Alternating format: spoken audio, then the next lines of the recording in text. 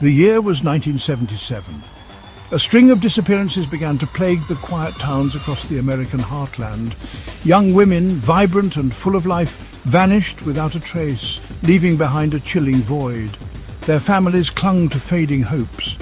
But as weeks morphed into months, a terrifying truth began to dawn. These were not mere missing persons cases, they were the hunting grounds of a predator. The first victim, a young waitress named Carla, vanished on a crisp Sunday afternoon. Her last known whereabouts were near a bustling diner where a charming stranger had engaged her in conversation. Days later, another young woman, a college student named Sarah, disappeared after a Sunday morning jog. The pattern was becoming horrifyingly clear. This predator, this unseen terror, stalked the Sabbath, turning a day of rest and reflection into a nightmare. As bodies began to surface, the grim reality of the situation settled in. Each victim bore the marks of a brutal and calculated killer. Strangulation, the coroner's reports revealed, was the cause of death. The press, hungry for a story and eager to give a name to the growing fear, dubbed him the Sunday Strangler. The authorities, under immense pressure to find the perpetrator, launched a full-scale investigation. Leads were followed, suspects interrogated, but the Sunday Strangler remained a phantom, his dark presence casting a long shadow over the once peaceful communities. Paul Rowles, the man who would later be unmasked as the Sunday Strangler, moved through life with an unsettling ease. He was, by all outward appearances, unremarkable. An average-looking man with an average job, blending seamlessly into the background. But beneath this veneer of normalcy lurked a predator, a master manipulator skilled in the art of deception. Rowles preyed on vulnerability, seeking out young women on the fringes of society. He frequented bus stations and truck stops, places where loneliness and desperation lingered like a heavy fog. There, he would spin tales of adventure and romance, offering a sympathetic ear and a helping hand to those who seemed lost or alone. His charm was his weapon, disarming his victims with a disarming smile and a demeanor that exuded confidence and warmth. He would offer them rides, promising to help them reach their destinations or to simply lend a listening ear. These women, starved for connection and blinded by his carefully constructed facade, readily accepted his offers of help, unaware that they were stepping into the jaws of a monster. Once he had lured his victims into his web of deceit, Rowles would drive them to secluded areas, far from prying eyes and the safety of civilization. To understand the depths of Paul Rowles's depravity, one must delve into the shadows of his past, into the formative years that shaped him into the monster he would become. His childhood was a breeding ground for violence and instability, a toxic cocktail of neglect, abuse, and exposure to the darkest corners of human nature.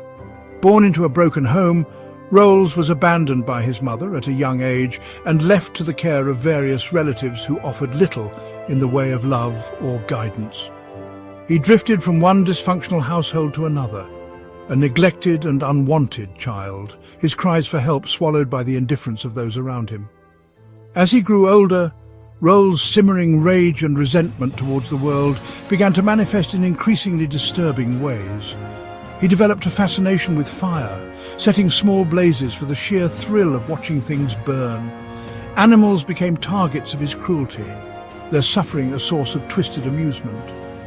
By the time he reached adolescence, Rowles had already amassed a string of petty crimes, each transgression a testament to his growing disregard for societal norms and the sanctity of human life. The reign of terror finally came to an end in 1980, not with a dramatic showdown, but with an almost anticlimactic arrest. A routine traffic stop, a flicker of recognition from a witness. These seemingly insignificant events would unravel the mystery that had gripped the nation for years. Paul Rowles, the unassuming man behind the wheel, was about to become synonymous with the horrors he had inflicted. Initially apprehended for a parole violation, Rowles, perhaps sensing the walls closing in, began to talk. His words, at first a trickle, soon became a torrent of confessions, each one more shocking and gruesome than the last. He detailed his crimes with a chilling detachment, his matter-of-fact tone betraying the monstrous nature of his acts. With each horrifying revelation, the true extent of his depravity became more apparent, leaving investigators and the public alike stunned and horrified. As Rowles' confessions poured forth, a chilling realization dawned on the investigators. The body count they had attributed to the Sunday Strangler might be just the tip of a much larger and more gruesome iceberg. Rowles, in his rambling and often contradictory statements, hinted at other victims, other lives extinguished in the shadows. He spoke of encounters, hazy recollections of faces and places that sent shivers down the spines of seasoned detectives. Were these the ramblings of a madman desperate to inflate his own notoriety? Or were they genuine glimpses into a much larger tapestry of terror? The possibility, as unsettling as it was, could not be ignored. Law enforcement agencies across multiple states began to re-examine cold cases, their files filled with the unsolved murders of young women who fit Rowles' victim profile. The similarities were undeniable. The modus operandi, the time frame, the chilling echoes of Rowles' own confessions. The impact of Paul Rowles' crimes extended far beyond the immediate families of his victims. His reign of terror left an indelible mark on the communities he terrorized, shattering their sense of security and leaving behind a legacy of fear and suspicion that lingered long after his incarceration. The once peaceful towns, where neighbors knew each other by name and children played freely in the streets, were transformed. Parents became reluctant to let their children out of their sight, their every move shadowed by the fear that the boogeyman might be lurking around the corner. Women, once confident and independent, became wary of strangers, their every interaction tinged with anxiety and distrust. The Sunday Strangler case served as a stark reminder of the darkness that could lurk beneath the surface of even the most seemingly idyllic communities. Paul Rowles died in prison in 1995, his life sentence cut short by natural causes.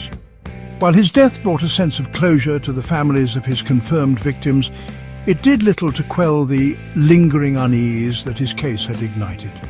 The Sunday Strangler, though gone, remained a chilling spectre, his presence felt in the whispers of his name and the unanswered questions that continued to swirl around his crimes. The possibility that he was responsible for more murders than he confessed to, that there were other victims out there whose stories remained untold, haunted the minds of investigators and the public alike. The thought that his reign of terror might have extended far beyond what was officially acknowledged was a chilling reminder of the capacity for evil that resides within the human heart. The Sunday Strangler case, with its haunting details and unanswered questions, serves as a stark reminder of the fragility of life and the ever-present potential for darkness to encroach upon even the most seemingly safe and secure corners of our world. What drove Paul Rowles to commit such heinous acts? What dark forces coalesced within his psyche to create such a monster? These are questions that have both intrigued and repulsed criminologists and psychologists for decades. Some experts point to Rowles' traumatic childhood as a key factor in his development into a serial killer. The abandonment, neglect and abuse he suffered at the hands of those who should have protected him, they argue, created a deep-seated rage and resentment towards the world. Others focus on Rowles' apparent lack of remorse or empathy, suggesting that he possessed a fundamental inability to connect with other human beings on an emotional level. The story of Paul Rowles, the Sunday Strangler, is not just a tale confined to the annals of criminal justice. It is a chilling reminder of the darkness that can lurk beneath the surface of even the most seemingly ordinary individuals. It is a stark testament to the fragility of life, the ever-present potential for evil to erupt into our world and leave behind a trail of devastation.